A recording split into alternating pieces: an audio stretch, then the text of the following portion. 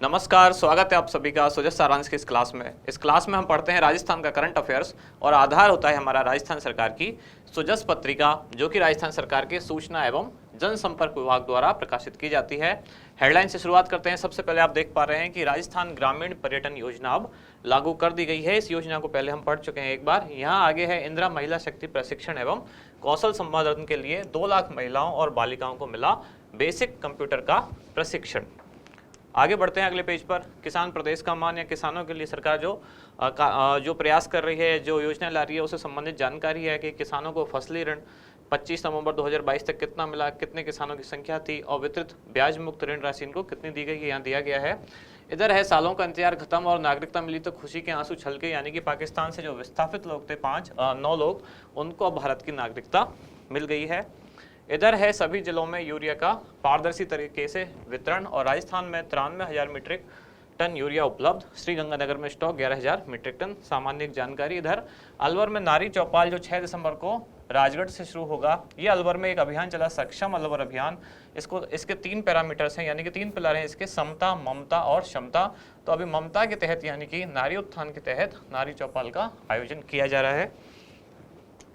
अगले पेज पर बढ़ते हैं तो यहाँ न्यूज है, मामूली गहराई पर भीलवाड़ा के चांदगढ़ में आयरन के साथ तांबे के भंडार मिले। कहाँ? भीलवाड़ा की कोटड़ी तहसील के चांदगढ़ गांव में। और यहाँ आप देख पा रहे हैं प्रदेश से प्रतिवर्ष 1 लाख करोड़ रुपए निर्यात का लक्ष्य है। और ये आज की सबसे इंपॉर्टेंट न्यूज है, वो क्या है? राजस्थानी साफे में दुनिया के 29 देश, यानी कि कौन सी जगह की बात हो रही है? जो उदयपुर में G20 शेरपा मीटिंग है, उसके बारे में। एक बार पहले भी जिस दिन ये शुरू हुआ था या 2-3 दिन पहले एक बार न्यूज आई थी, तब मैंने आपसे कहा था इसके बारे में अभी और जानकारी आएंगी, तब एक साथ हम इसको डिस्कस करेंगे। तो आज केवल पूरी क्लास हम G20 शेरपा सम्मेलन पर ही रखेंगे, क्योंकि पहले की जो योजना है वो तो फिर भी बार बार रिपीट होती है। आज एक काफ़ी इम्पोर्टेंट एक उत्सव है, या कह लो एक इम्पॉर्टेंट कार्यक्रम है जो राजस्थान के उदयपुर में आयोजित हो रहा है। इससे क्वेश्चन आने की संभावना बहुत ज़्यादा है, इसलिए पहले आज पूरी क्लास में हम केवल इसको ही डिस्कस करने वाले हैं।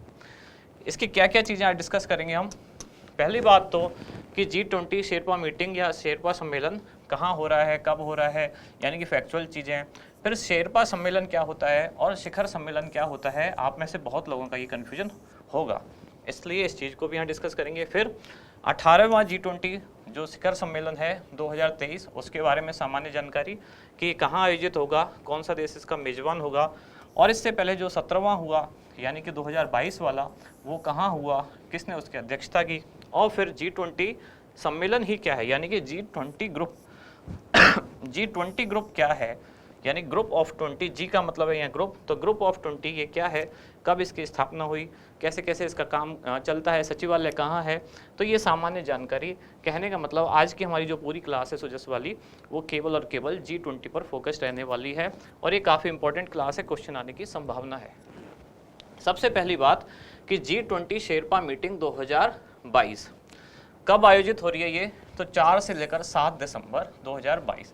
यहाँ आपको कंफ्यूज होने की जरूरत नहीं है, कहीं कहीं आपको 5 से 7 दिसंबर भी मिलेगा।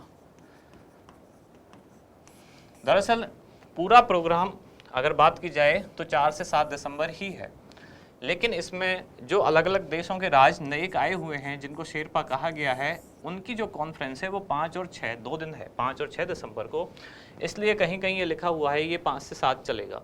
शुरुआत इसकी हो चुकी है दरअसल 4 को ही, 4 से 7 यानी कि 4, 5, 6, 7 कितने दिन का है ये? तो 4 दिवसीय ये प्रोग्राम है, जिसमें कि शेरपा जो होंगे यानी कि अलग अलग देशों के जो राजनयिक होंगे, उनका जो सम्मेलन होगा आपस में, उनकी जो कॉन्फ्रेंस होगी वो 5 और 6 दिसंबर 2 दिन होगी। शेरपा इसको क्यों कहा गया है, ये सारी चीज़ें भी हम देखेंगे। पहले सामान्य जानकारी देख लेते हैं कि कहाँ आयोजित हो रहा है। तो राजस्थान के उदयपुर में। भारत की तरफ से इसकी अध्यक्षता फिलहाल कौन कर रहा है, यानी कि शेरपा मीटिंग की अध्यक्षता भारत के जो शेरपा हैं, अध्यक्ष शेरपा, वो हैं अमिताभ कांत। अध्यक्ष देश कौन सा है? तो अध्यक्ष देश है इसका भारत। भारत G20 का अध्यक्ष है। कब बना अध्यक्ष? 1 दिसंबर 2022 को। और कब तक रहेगा? तो 30 नवंबर 2023 तक, यानी कि अगले 1 साल तक। 1 दिसंबर 2022 से 30 नवंबर 2023 तक भारत रहेगा इसका अध्यक्ष। इससे पहले इसके अध्यक्ष कौन थे? तो वो थे जो देश है इंडोनेशिया ने इसकी अध्यक्षता की थी। कब? इससे पहले वाले सम्मेलन में, यानी कि जो 17वां सम्मेलन हुआ वो कहाँ हुआ, इंडोनेशिया में। और अगला अध्यक्ष इसका कौन होगा, तो भारत के बाद जो अगला अध्यक्ष होगा वो है ब्राजील। आगे बढ़ते हैं नेक्स्ट पेज पर। यहाँ ये दिया गया है कि शेरपा सम्मेलन क्या है और शिखर सम्मेलन क्या है, इन दोनों में अंतर क्या है। आप में से बहुत लोग इस चीज़ को लेकर थोड़ा परेशान होंगे। पहली बात तो ये है कि इसका नाम शेरपा मीटिंग ही क्यों दी गई, शेरपा शब्द का मतलब क्या होता है, और कब इसे कहा जाता है शिखर सम्मेलन, इसका मतलब क्या होता है। आप लोग ये तो जनरली जानते होंगे, शेरपा एक तरह की एक पहाड़ी या पर्वतीय प्रजाति है या जाति है।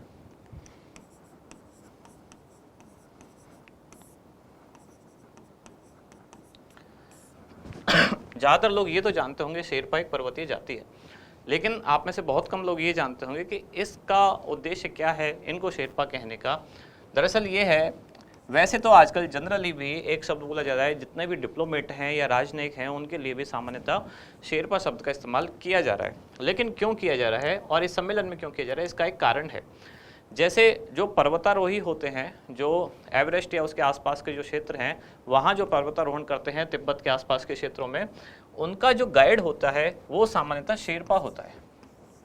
इस शेरपा को वहाँ पर्वतारोहियों के गाइड का काम मिलता है। यानी कि पर्वत अगर मुझे चढ़ना है, पर्वत मुझे चढ़ना है, नाम मेरा होगा, लेकिन मेरे साथ एक चलेगा शेरपा जो मेरा आगे पथ प्रदर्शक होगा, यानी कि मार्गदर्शक होगा, वो मेरा शेरपा होगा। कोई भी व्यक्ति अगर यहाँ पर्वतारोहण करेगा तो ये शेरपा जाति उन लोगों का मार्गदर्शन करती है, क्योंकि ये वहीं रहते हैं, वहीं के लोग हैं, ये जानते हैं पर्वतों में पर्वतों की प्रकृति क्या है, किस तरह से चढ़ना चाहिए, कहाँ से जाना चाहिए, कौन सा रास्ता, मौसम वगैरह सब। इसी तरह से इसी कंसेप्ट से प्रेरित होकर जो किसी देश का अध्यक्ष है, शासन अध्यक्ष, जैसे भारत में भारत का शासन अध्यक्ष कौन होता है, तो प्रधानमंत्री।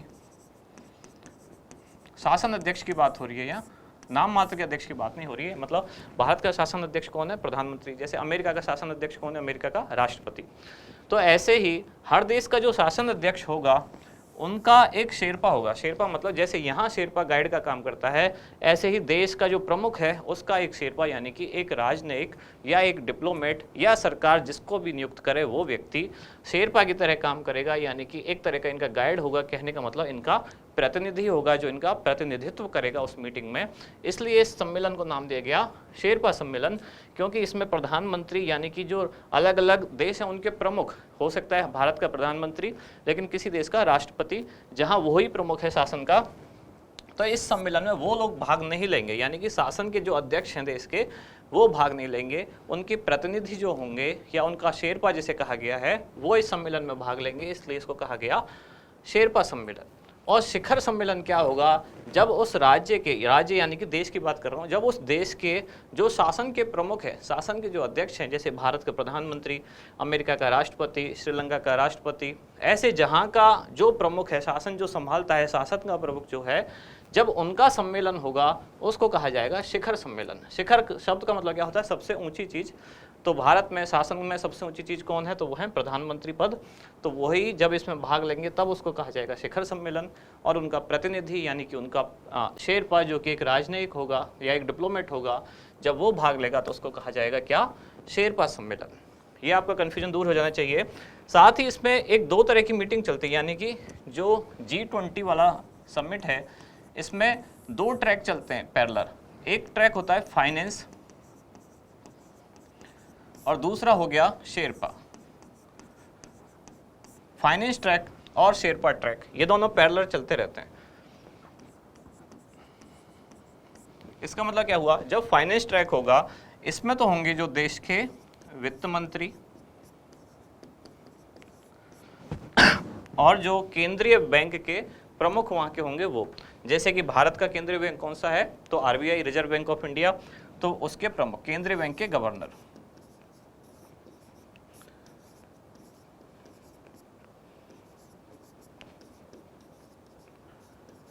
जब इन लोगों का सम्मेलन होता है तो उसको बोलते हैं G20 फाइनेंस समिट या फाइनेंस जो ट्रैक है उसका सम्मेलन।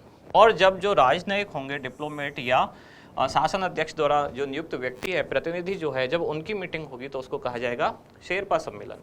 ये शेरपा सम्मेलन क्यों होता है, यानी कि इसका उद्देश्य क्या है, प्रासंगिकता क्या है इसकी, ये शेरपा सम्मेलन दरअसल शिखर सम्मेलन का एक तरह से कह सकते हैं आप कि रिहर्सल है। यानी कि शिखर सम्मेलन में क्या एजेंडा रहेगा, क्या उनके मुद्दे रहेंगे, किन पर वो बातचीत करेंगे, या समस्याएं आगे क्या रहने वाली हैं। कहने का मतलब ये है कि जब देश का प्रमुख भाग लेगा सम्मेलन में, उससे पहले उस देश के अधिकारी आपस में मीटिंग करेंगे और वो ये तय करेंगे कि जब राष्ट्र के प्रमुख भाग लेने वाले हैं तब उनकी एजेंडा क्या क्या हमें रखना है। तो उससे पहले एक तरह का ये पूर्वाभ्यास है। शिखर सम्मेलन का एक तरह से पूर्वाभ्यास है शेरपा सम्मेलन, यानी कि इसमें वो एजेंडा तय किया जाएगा अलग अलग देशों के अधिकारियों द्वारा कि अब शिखर सम्मेलन में हम किस मुद्दे पर चर्चा करेंगे। जब हमारे प्रधानमंत्री या राष्ट्रपति जब उसमें भाग लेंगे तब हमारी चर्चा का विषय क्या होगा, ये तय करेंगे ये अधिकारी, जिनको कहा जाएगा शेरपा। तो शेरपा सम्मेलन डिसाइड करता है शिखर सम्मेलन का एजेंडा। क्लियर, दोनों तीनों में आपको अंतर समझ में आ जाना चाहिए। अब बढ़ते हैं आगे। अगला है 18वां G20 शिखर सम्मेलन 2023। तो ये कहाँ आयोजित होगा और कब होगा? ये 9 और 10 सितंबर को होगा 2023 में। कहाँ होगा? तो नई दिल्ली, भारत में। थीम क्या रहेगी इसकी? ये थीम इंपॉर्टेंट होती है, one earth, one family, one future, यानी कि एक पृथ्वी, एक परिवार, एक भविष्य। ये किसकी थीम होगी? जो 18वां G20 शिखर सम्मेलन 2023 नई दिल्ली में होगा। ध्येय वाक्य क्या होगा इसका? मोटो ये होगा वसुधैव कुटुंबकम। ये भी याद रखना है आपको, ऐसे वाक्य भी पूछे जाते हैं। तो ये तो बात हुई थी कि 2023 में जो होगा वो 18वां, लेकिन अभी चल रहा है 2022। तो ये कहाँ हुआ है? ये 17वां G20 शिखर सम्मेलन था। ये कहाँ हुआ? ये बात ध्यान रखें, ये है शिखर सम्मेलन। पूरा जरूर पढ़ें आप, G20 सम्मेलन पे ना जाएं, केवल शिखर लिखा हुआ है, शेरपा सम्मेलन लिखा हुआ है या फाइनेंस ट्रैक वाला लिखा हुआ है। तो ये कब होगा? 15 और 16 नवंबर होगा नहीं, ये हो चुका है 15 और 16 नवंबर 2022 को। कहाँ? इंडोनेशिया के बाली में। और इसकी थीम क्या थी? रिकवर टुगेदर और रिकवर स्ट्रॉन्गर। ये रिकवर शब्द क्यों आया? क्योंकि ये रिकवरी किसकी है? ये अर्थव्यवस्था की रिकवरी है। किसके बाद से? कोविड-19 के बाद से। तब रखी गई थी थीम कि हम एक साथ रिकवर हों और स्ट्रॉन्ग होकर रिकवर हों, यानी कि रिकवर टुगेदर, रिकवर स्ट्रॉन्गर। ये कौन से वाले सम्मेलन की थीम थी? 17वां G20 शिखर सम्मेलन जो कि 15-16 नवंबर 2022 को कहाँ हुआ? इंडोनेशिया के बाली में। अगली अब लास्ट में एक बात रह जाती है, ये सामान्य फैक्ट समझने की बात कि G20 क्या है, G20 से क्यों बोलते हैं। इसमें G का मतलब है ग्रुप और T का मतलब है 20, यानी कि 20, यानी कि 20 सदस्यों का एक समूह है जिसकी स्थापना की गई थी 26 सितंबर 1999 को। इस 20 सदस्यों के समूह में 19 देश हैं और एक यूरोपीय यूनियन, जो यूरोपीय देशों का एक संघ है, तो एक वो प्लस 19 देश अलग अलग, इस तरह से कुल 20 इसके सदस्य हैं। वर्तमान अध्यक्ष कौन है इसके? तो भारत के प्रधानमंत्री, क्योंकि भारत इसका अध्यक्ष है। अध्यक्ष देश कौन सा है? भारत। और भारत का शासनाध्यक्ष जो होगा वही इसका भी अध्यक्ष होगा। तो इस तरह से इसके अध्यक्ष कौन हुए? नरेंद्र मोदी, भारत के प्रधानमंत्री। क्योंकि भारत के शासन अध्यक्ष कौन होता है? प्रधानमंत्री होता है। किसी और देश के संदर्भ में बात की जाए तो कहीं कहीं राष्ट्रपति होता है, लेकिन भारत में प्रधानमंत्री।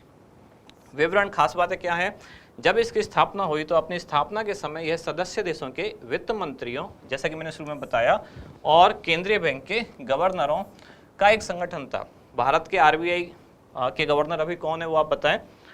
और फिर वर्ष 2008 से यह सदस्य देशों के शासन अध्यक्षों का, यानी कि जो उसके एडमिनिस्ट्रेशन के हेड हैं उनके द्वारा अब ये उनका अब समूह हो गया। यानी कि अब इसके जो चीफ होते हैं वो कौन होते हैं? जो शासन अध्यक्ष हैं, उनकी अध्यक्षता में जब मीटिंग होती है तब उसको कहा जाएगा शिखर सम्मेलन।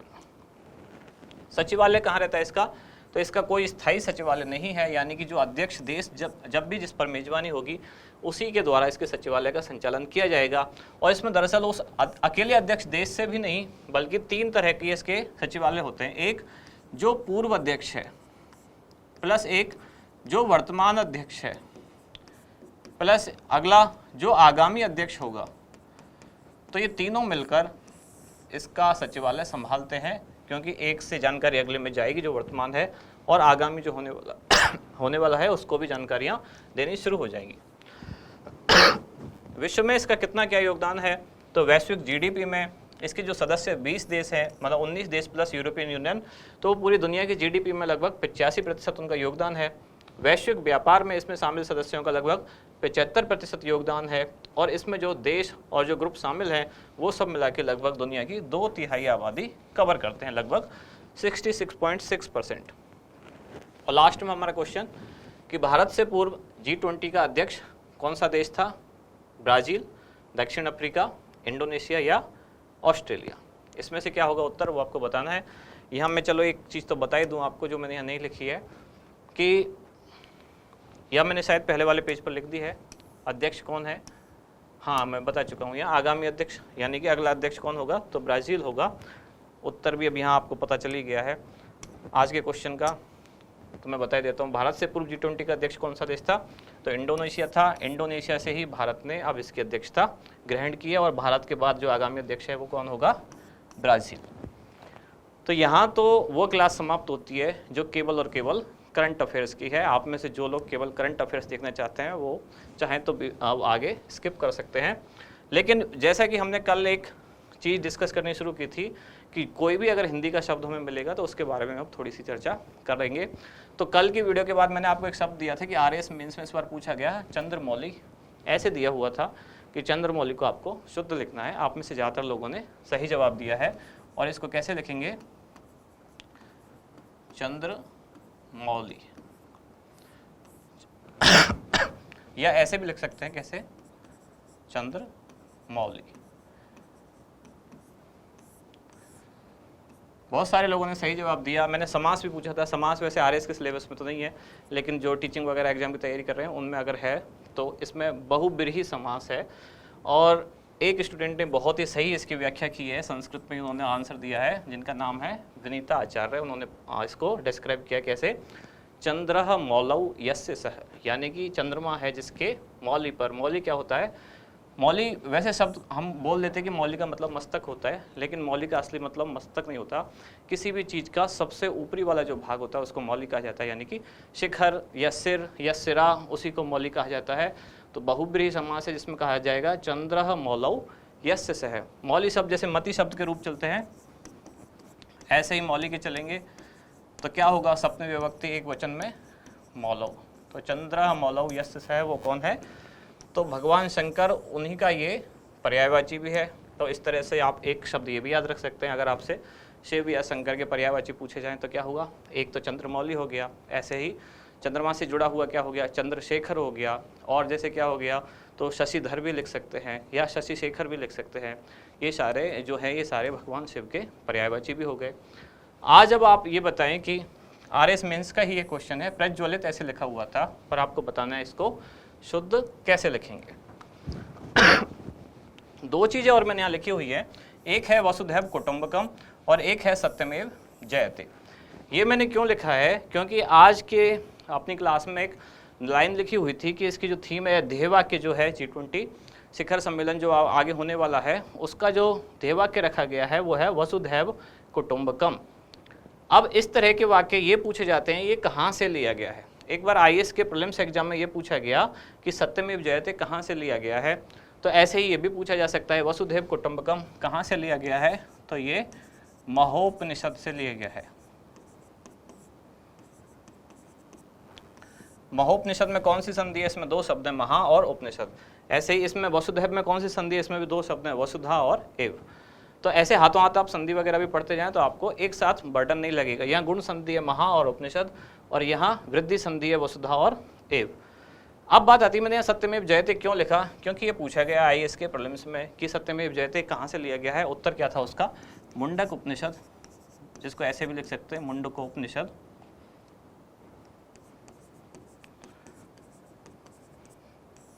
यहाँ तक तो सब ठीक है। अब मैं आपसे एक अलग चीज़ पूछना चाह रहा हूँ, इसको केवल और केवल संस्कृत वाले जो हैं वही जवाब दे पाएंगे शायद, कि यहाँ जो सत्यमेव जयते लिखा हुआ है ये जयते सही लिखा हुआ है या गलत लिखा हुआ है? क्योंकि जहाँ का उदाहरण दिया जाता है सत्यमेव जयते कहाँ से लिया गया है? मुंडक उपनिषद। तो मुंडक उपनिषद में तो जयते लिखा हुआ ही नहीं है, तो फिर सत्यमेव जयते कहाँ से लिया गया? दरअसल ये सत्यमेव जयते लिया गया है, असली बात करें तो ये कहाँ से लिया गया है? ये अशोक स्तंभ से लिया गया है। अशोक स्तंभ पर लिखा हुआ है सत्यमेव जयते, लेकिन अशोक स्तंभ पर कहाँ से लिया गया? तो मुंडक उपनिषद में लिया गया।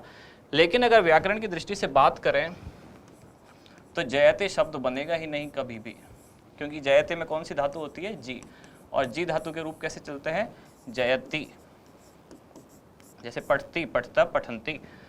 फिर जयते शब्द कैसे बन गया?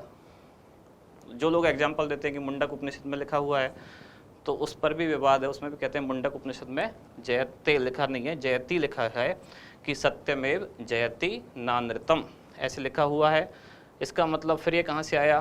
तो यही वो छोटी सी बात है जो कह सकते हैं कई बार किसी एक की टाइपिंग एरर कितना बड़ा नुकसान कर सकती है। तो हो सकता है ऐसा हुआ हो शायद कि जब ये अशोक स्तंभ पर लिखा गया हो तो लिखने वाले ने जयति की जगह जयते लिख दिया हो और वही चला आ रहा हो। या मुझे इसके बारे में बहुत ज़्यादा जानकारी नहीं है, मैं केवल इतना कह सकता हूँ कि आप इसको पता करें कि जयते लिखना सही है या नहीं है, क्योंकि व्याकरण के हिसाब से जी धातु के रूप चलते हैं जयति। संस्कृत में एक प्रार्थना भी हमारे स्कूल में होती थी, आपको भी पता हो तो, जयति जय जय माँ सरस्वती, तो उसमें भी जयति पढ़ते हैं हम, तो फिर जयते कैसे आया? तो जो संस्कृत वाले हैं वो जवाब दें, और हिंदी वाले आज ये भी बताएं कि प्रज्वलित ये अशुद्ध लिखा हुआ है या अशुद्ध लिखा हुआ है, और सही इसको कैसे लिखेंगे। आरएस मेन एग्जाम इस बार पूछा गया। तो यहाँ समाप्त करते हैं आज की क्लास। आप मिलते हैं कल अगली क्लास में। धन्यवाद।